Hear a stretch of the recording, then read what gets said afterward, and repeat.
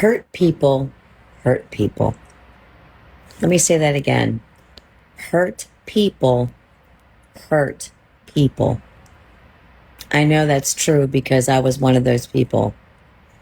See, I was abused as a child. It started when I was 5 years old.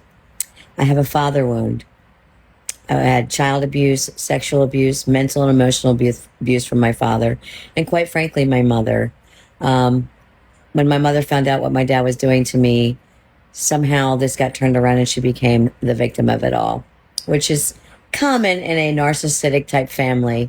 But I don't want to talk about that. What I want to talk to you really about right now is how when you're going through life hurt and not healed, what happens is that tends to bleed onto your other relationships. See, I'm on my third marriage. My first husband, my second husband, I was bleeding my emotional baggage onto them. And I'm not saying that they were perfect either, because we had our differences other than that. But what I'm trying to say is when my second husband and I divorced, I went on I guess you could call it a journey where God left me alone, not left me alone personally, but I mean, like, he had me stay alone for 10 years. I was single for 10 years. And I was on and off of dating websites constantly. And what I found was that if something didn't work out between me and, let's say, a guy that I started talking to, maybe we went out a few times and he said something I didn't like or what have you, I would just jump right off there and go find somebody else on there. It was like, if I didn't like this guy, I would just delete him and move on to somebody else. And trust me, there's a lot of men on dating websites that do that too. It's a cycle.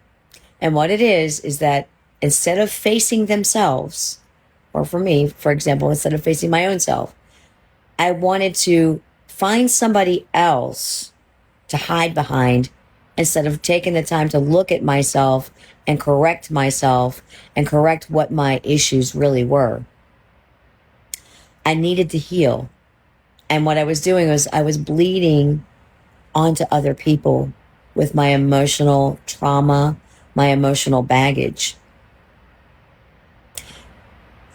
God took me on a healing journey for 10 years, and I am now remarried for the third time. And when I met my husband this time, God said, that's enough. You have to heal. You have to. And so I've been taking the time to do that. And it takes work. It's not easy. It's a commitment. It's definitely a commitment that you have to get up every day, go to the Lord and ask the Lord to help you each and every day to heal.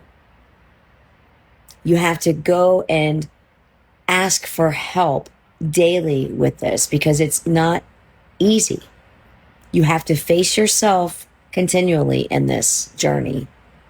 And that's not something everybody's willing to do. But I have to tell you, you have to speak your truth. You have to speak up and start there. And when you can do that and lift it to the Lord, He'll take you on this journey and help you every step of the way. But healing does begin with speaking up and being willing to make the commitment each and every day to face yourself, face your hurt, face your trauma, and also forgiveness. Forgiveness is in there too. You have to be able to forgive the other person so that you can release yourself of that burden. Forgiveness is for you. It's not for the other person. It's for you. But until you can face yourself, speak up, and forgive, you're not going to be able to take this journey and heal. You're going to end up doing what I did, bleeding onto other people, bleeding onto other relationships, and just chasing your tail. That's all you're going to do is chase your tail. It's like the definition of insanity, doing something over and over and over looking for a different result, but getting the same result. So I'm here to tell you, speak your truth, lift it to the Lord. He will help you every step of the way. I know I'm a walking testimony. God bless you.